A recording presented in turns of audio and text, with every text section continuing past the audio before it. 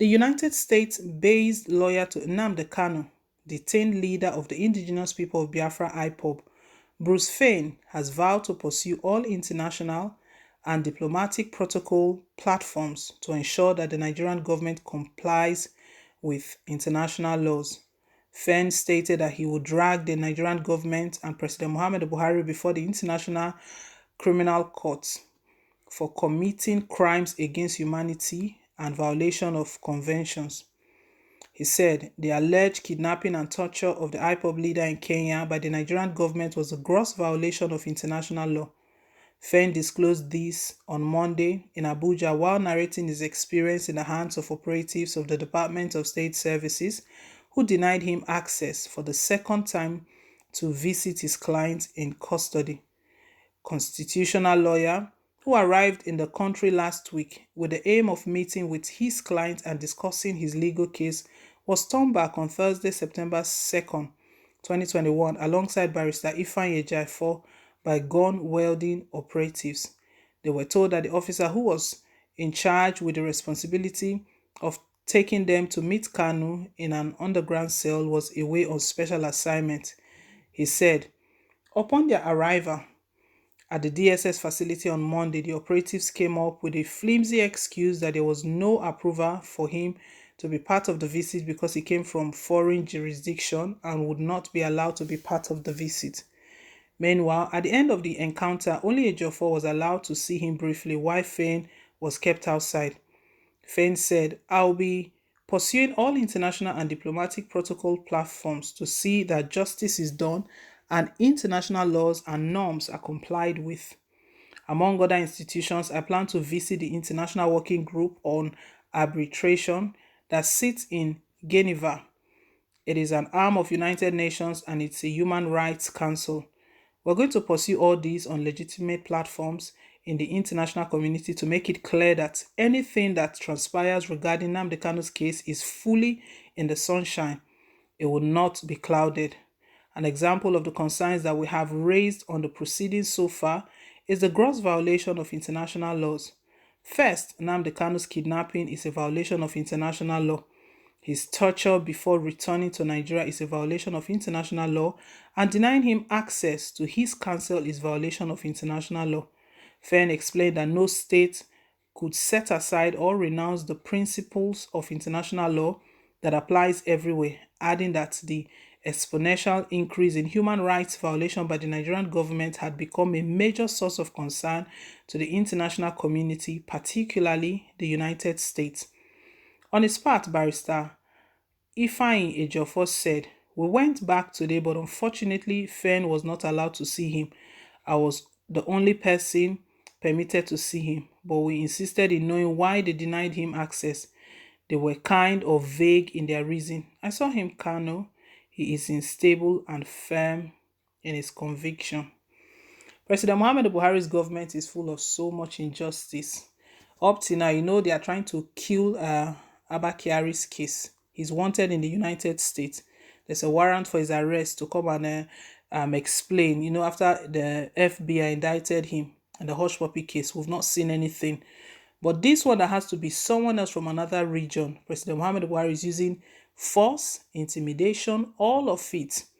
It was on Thursday that the lawyers to Nnamdi Kanu, Ifeanyi Ejiofor, and also a U.S. lawyer as well, Fein, they went for a scheduled visit. It was a scheduled visit. It's not as though they just turned up.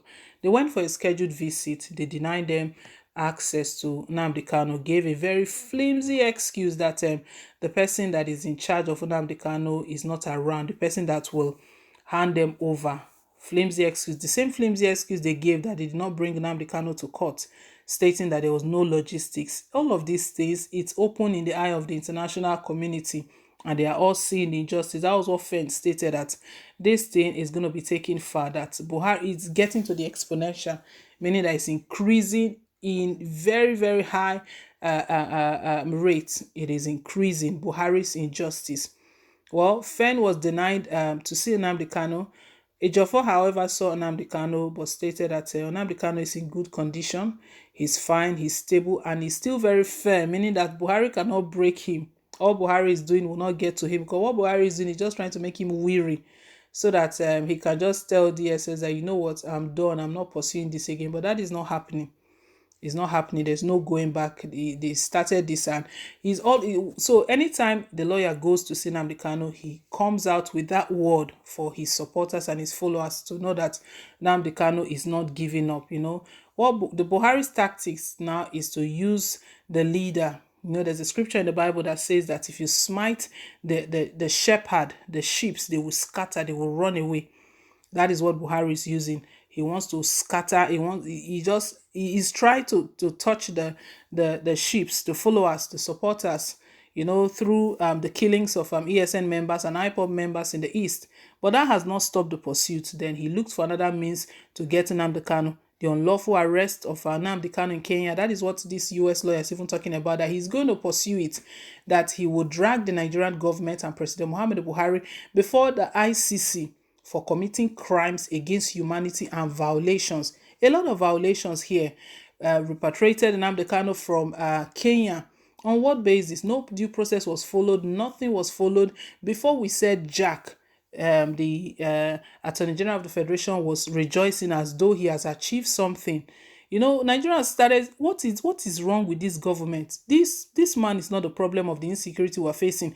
Ever since Nnamdi Kanu has been in detention, attacks have been going on, attacks. And someone said, thank God that NDA is not located in the East. By now, Buhari would have killed a lot of people, claiming that they were responsible for the attack. But who does he blame for the attack? Nnamdi Kanu has been locked up, and a lot of attacks have been going on. Everyone knows that this man is a freedom fighter. Well, Fen has just revealed that he will pursue this to the end. This is very beautiful. Let Buhari knows what is coming for him. Buhari will know. He stated that this is totally against human right. This is a violation. Buhari is committing crimes against humanity and also violation of conventions, that he was denied access to his clients for no reason. They are afraid. They know that they can't deal with this. This one is another level. Buhari is afraid. That's why they are playing all of these games. They are even making things worse. For denying Nnamdi Kanu, his lawyer, his US lawyer, is even making things worse. And what Fen confirmed was that international communities, they are seeing, they are understanding everything that Buhari's government is doing with regards to Nnamdi Kanu. Well, guys, let's hear your own take down below in the comment section. Thank you once again for staying tuned. Please don't forget to like, share, and to subscribe. Till I come your way again with more updates. Bye.